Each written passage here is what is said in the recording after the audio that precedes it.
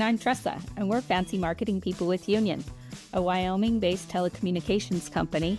Yes, Wyoming really does exist, and we proudly serve the Rocky Mountain region.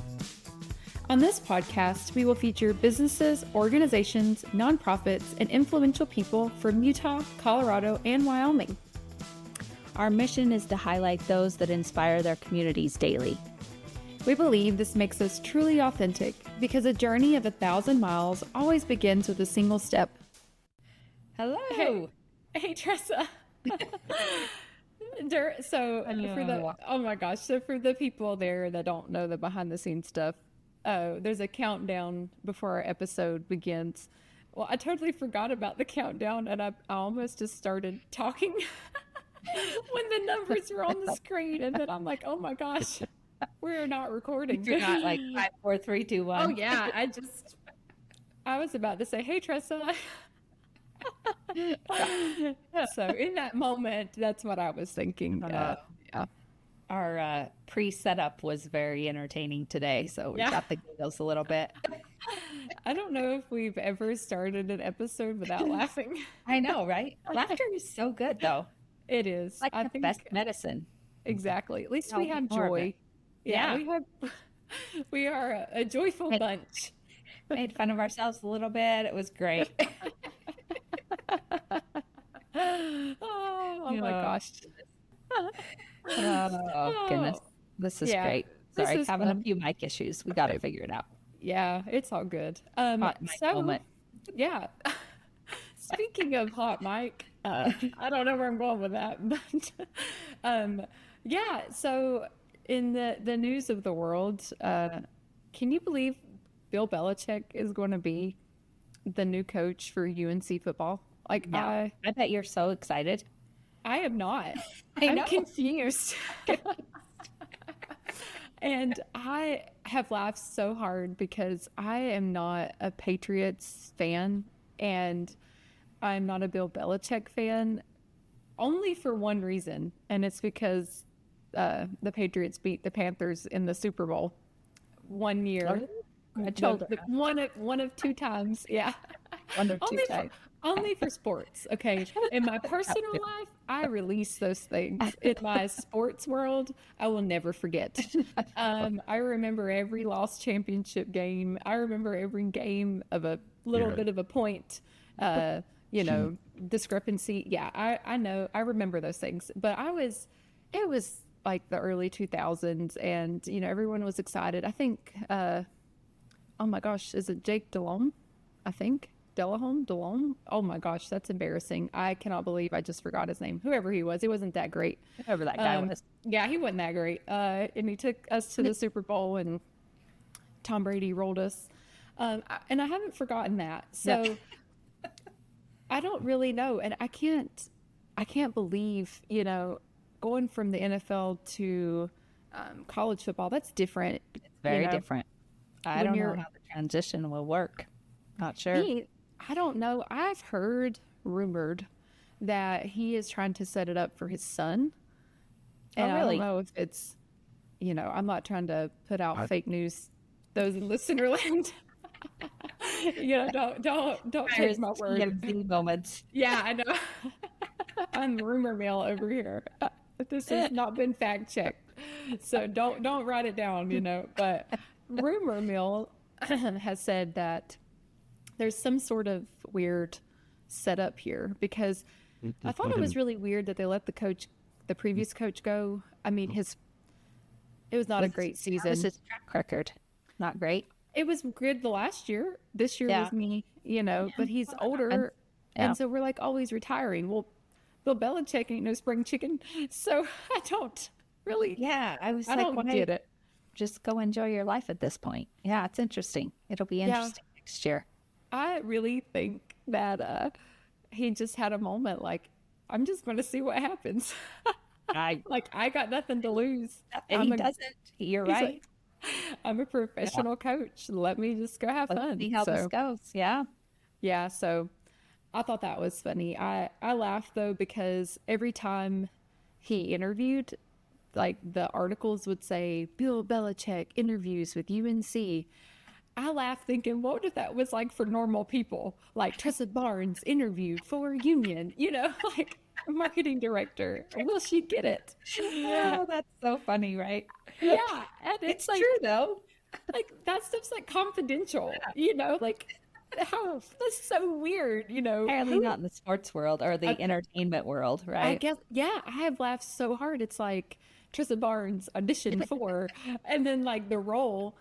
And I'm like, who leaks that information? Well, somebody for a paycheck, but Yeah, I just have laughed so hard because I wish interviews were conducted like this, like where this. yeah, that would be so funny. Top headline today. Yeah, it wouldn't it be hilarious, So that's where my brain has been totally not productive, ridiculousness. So It's funny when your brain goes down that rabbit hole. yeah, I really think if it hasn't been an SNL skit, Saturday Yeah, Night Live, they I'm should do giving it. you a tip. Yeah, I'm giving you a there tip. you go. Yeah. Professional jobs treated like sports and entertainment jobs. Yeah. Yeah. Well, It's my issues what's today. Oh, it knows. It knows it's our 38th episode. it is our 38th episode. Yeah. Yeah. And we're recording on 12/12. Yes, So we are. a good number. A good, very good number. Lots Yeah. of twos, 12/12, 2024. There's just Yeah. a whole string of Ones, it. twos, and then a four. Yeah. I mean, Yeah. perfect. It's beautiful. Should we talk about numerology then? Yeah, I was about to say, this guy, what does it mean? Yeah, they'll quickly turn us off. Yeah, I don't this know. isn't our market for that. Yeah. No, this is not what we're doing today. Yeah. Just numbers that we both enjoy. Yeah, we like it. So we're happy. Yeah, kind of our year wrap up episode, right? Yeah. So Yeah. last year we were able to do a holiday wrap up and just kind of a recap about what we've done over the last year, the guests that we've had, how the podcast has grown or changed. And do you have a particular guest that we've interviewed that stood out or? Oh man, they're all so unique and different. Mm-hmm. I think they stand out in their own way. I think it was kind of nice to have Chauncey Williams on the podcast. Kind of brought something a little bit different and unique. We're always kind of focused on like nonprofits and that's wonderful. We need that, right? And mental health and things that bring the community together. But like also like what he does and being from Wyoming and the aspect of music is also something that brings people together, right? And brings people joy and happiness. So I really did enjoy talking to him and learning more just about the industry itself. And how he tries to continue to bring back and keep the roots of Wyoming and his heritage as part of him remaining humble upon his journey, I guess, to being a star. So I thought that was a really cool one. The other one I really enjoyed was Beck Ranch. I thought that was really cool. They're out here near me in Lone Tree and what they're doing for the communities around us and the opportunity to kind of have, local farming and then bring it right to your table. I really love the aspect of that. And so I really did enjoy that one as well. What about you?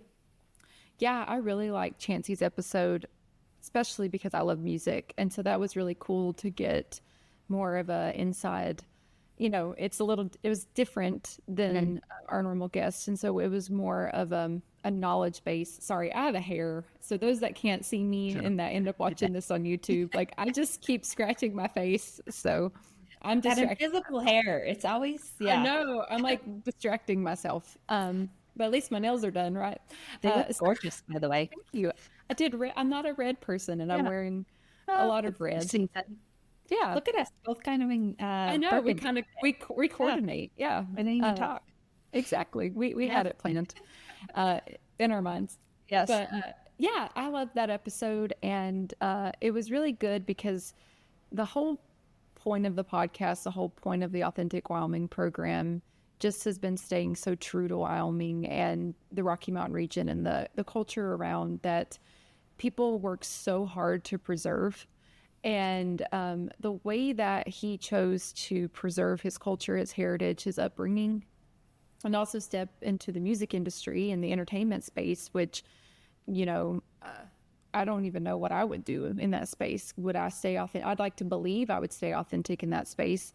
And it was really cool to hear him talk about his authenticity and the way that his music is influenced by his upbringing, and then how he still brings it all back full circle and remains humble and still, you know, goes out on the ranch, still lives a ranch life, and still, you know, holds true to that, to like his roots, like you were saying, and really stays grounded in that space. So I thought that was really cool. I also really liked, I think about the Beck Ranch episode a lot because I think about ordering food. I'm like, man, I wish I could butcher a cow. Like, I don't have a cow here, you know. I think about that one a lot for my own personal self. I also really enjoyed our episode with Joe Hickey and Emmeline France, because that episode, you know, going back to like the true Wyoming heritage, that was just Wyoming cowboying at its finest. Like, I don't think I could have had a better episode to capture that if I ever, you know, I mean, and it's the generational lifestyle and what, you know, bringing the rodeo space to the local communities looks like. You know, when I think of Wyoming, I first thought about distance before I moved there, but now I think about some of these little pockets of things, you know, where you've got these small communities, but look at how beautiful these communities are when they work together and they keep true to their heritage and they preserve traditions. And so ultimately, I felt like that episode just really captured the true traditions of Wyoming and what makes it so different and so special to be in these small communities. Yeah, that was great. I loved, you know, how passionate Joe was about the tradition and how much it meant to him to keep that alive and how much energy and time it takes, right? And I think that's part of why people lose tradition is, you know, the generations change and shift, and maybe the younger generation doesn't want to put in the time and effort that it takes. So it's really cool that he had such a passion and that here his daughter is kind of following in the footsteps to make sure that that tradition is going to be kept alive for hopefully many generations to come. I love that as well, because I see tradition, you know, you see it in your own family history or, you know, in your communities, that things that once were traditional or that happened every year kind of die off. So, yeah. Not in my family. Well, yeah, They're on your family, Myra. I mean, who has, you know, what was your Thanksgiving, like a 12-hour marathon? I don't. Yeah, pretty much. It was an event. We have a tree lighting ceremony in there. Yeah, like a whole ceremony and singing and then pictures, and it was wild. But our Christmas Eve gets even crazier. We sing at the cemetery on Christmas Eve to Like our ancestors. anyone or Nope, to the dead, to your previous ancestors. to the deceased. Okay. And it is the most strange tradition in the world. But it started when my mom's dad passed away, and that was before I was born. And so I'm edging on the halfway mark to 30. So over 30 years they've been doing this. And so even when I was a little kid, through my brothers having children, through, you know, now me having children, and people just growing up and changing, and if you're not there, they call you.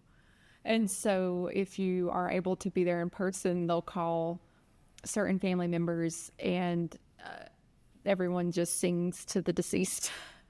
Is there always the same songs you sing, or they're just Christmas carols? Yeah. Yep. Yeah. That's So awesome.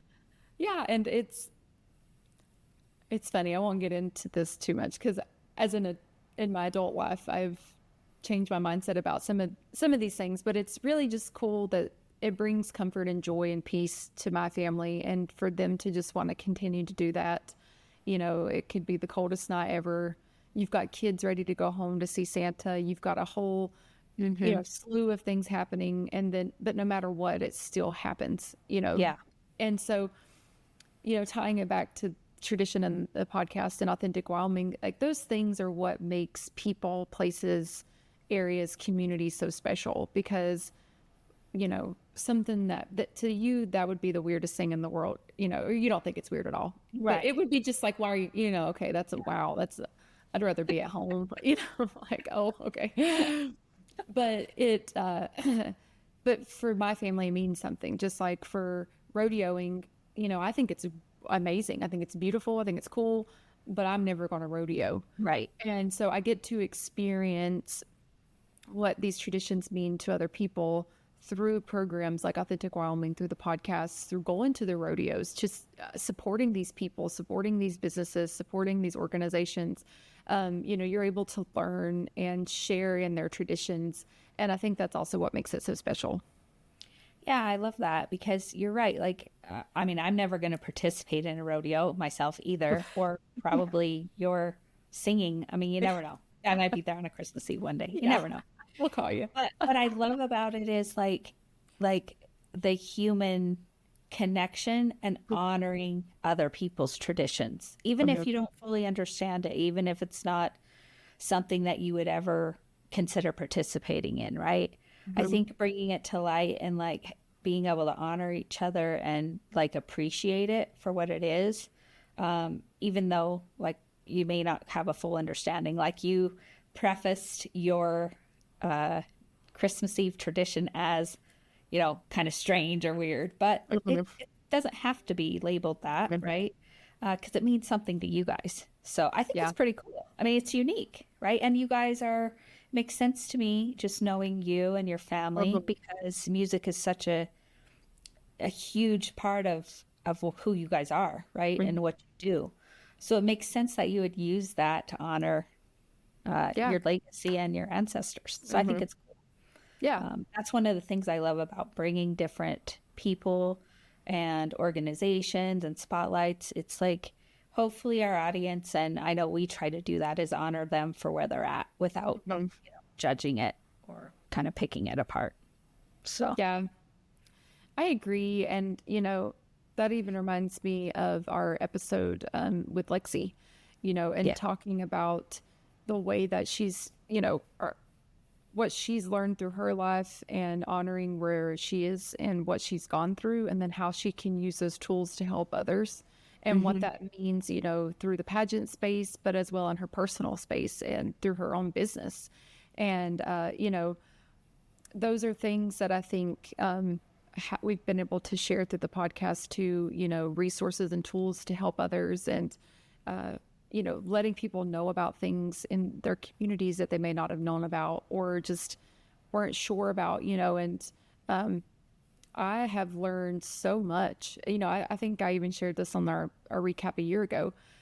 Just even when we started the social media campaign years ago, I've learned so much. I had no idea half of these organizations or people or groups or things existed. I had no idea. And in the podcast, I mean, every year when I used to do the Authentic Wyoming for Social, I would think, where am I going to find more groups? Like, I found them all. There's not any more groups to find. Yeah. And it has amazed me that there are more groups. There's always more, and there's always, we've actually never ran out of people to highlight or people to talk to or people to engage with. And throughout our podcast and, as we've been trying to gather and meet people and network, there's always been an abundance of people presented to us to highlight on the platform. And so I think it's been really cool for me personally to see and to learn and get to know these people and the, right place at the right time. Certain people we've met or we've been introduced to, such as Dominic, I can't forget about him. That was just amazing. I would have never even known that cognitive behavioral, I wouldn't even went there, but it makes sense. I'm like, oh my gosh, of course, why wouldn't you, in my own personal beliefs, I believe in rewriting my thoughts, and my thoughts shape my experience and my outcomes. And, why wouldn't cognitive behavioral therapy theater, change, change the way you perceive yourself and your outcomes. Yeah, and it's so cool, like how, our networking has just brought us to different people because we wouldn't have known about Dominic For without Olivia Yep. from Wyoming 211. And every it's like when we had Patty on with Cowboy Roundup, she also offered like, hey, here's some other people who I know Mm. who do some really great things. It's interesting the networking here. And that also is amazing. We talked about like we're in the least populated state, right, of the Mhm. United States. And all of these people are trying to make Wyoming better, themselves better, and Wyoming better. And it really is a testament to our state of how many organizations we found and how many different people we found. Sorry, my Mhm. headphones are falling off. Uh, that really want to do that kind of stuff. I mean, it's amazing. Oh, that's lovely on my hair, but You look like the Long Island medium. do I? My little, does she have like a little poof right there?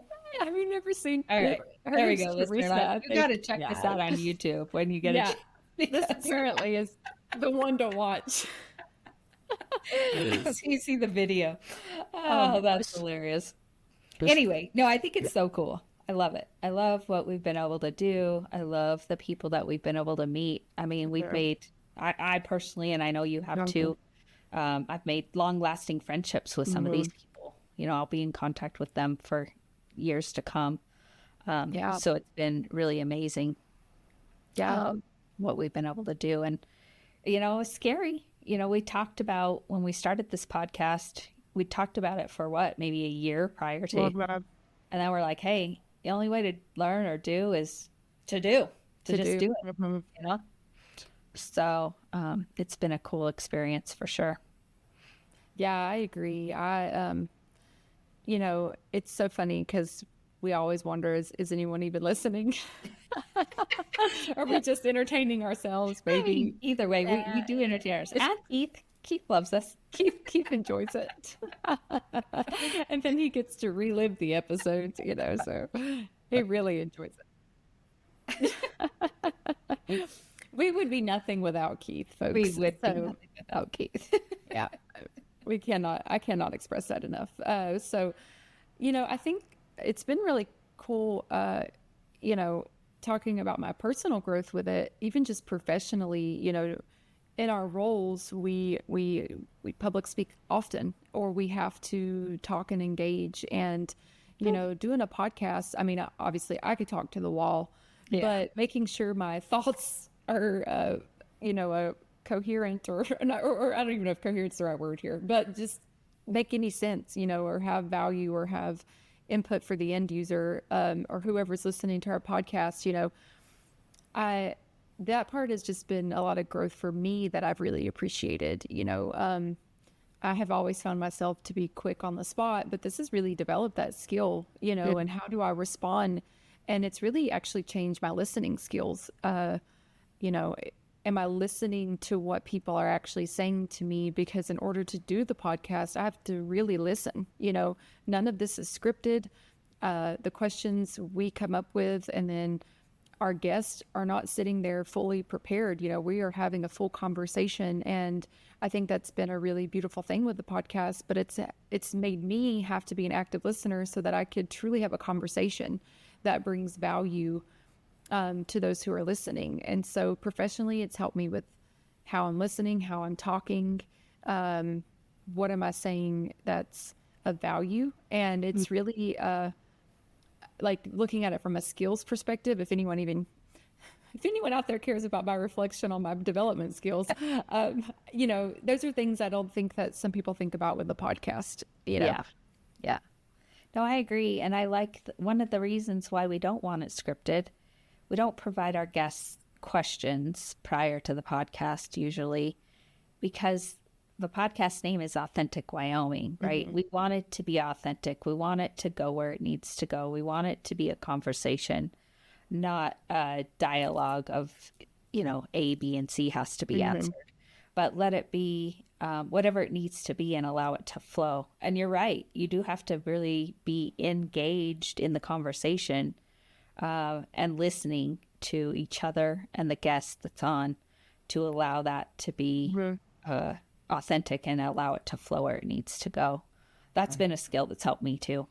It's like, it's the 1 hour or however long we're on, getting set up, doing the actual podcast, and then as we transition out, make sure everything's uploaded for Keith. It's like the 1 hour of the day that I really am not distracted. I'm not looking at an email. I'm not potentially looking at my phone. I really have to be fully engaged.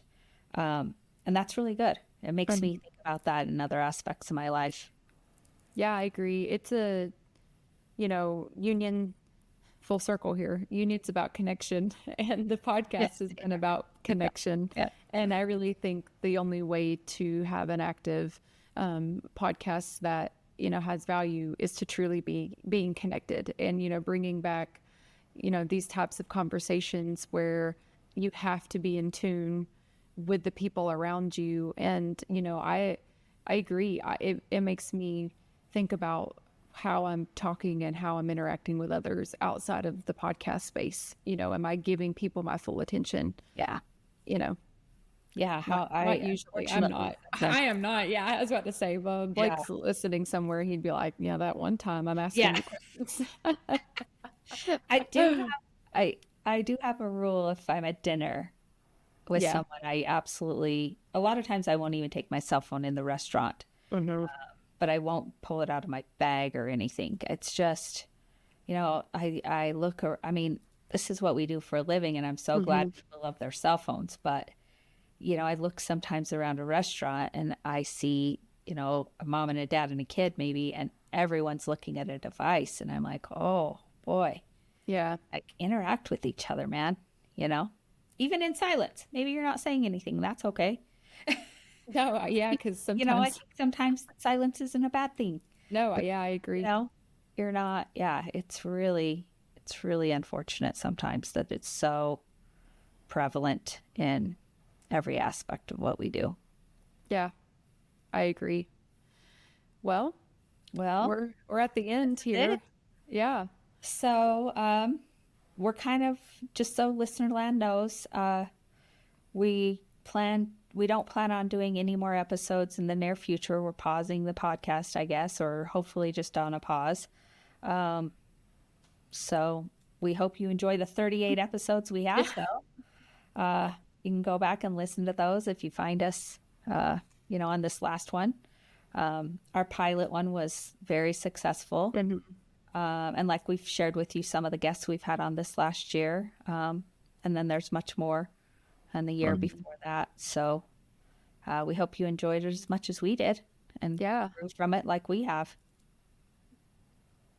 So I warned myself I wouldn't cry. Oh my gosh. I'm doing good. Like I'm doing so good. And then it hit. And then it hit. I know, it's the sneaky little time, Yeah, I hate being an adult. I was so much tougher as a kid. Yeah. Well, it's not goodbye forever. It's just goodbye for now. Yeah. So, thank you guys for listening. We appreciate it. Those that have been our faithful listeners in listener land who have tuned in for 38 episodes. Thank you. And until next time, stay authentic.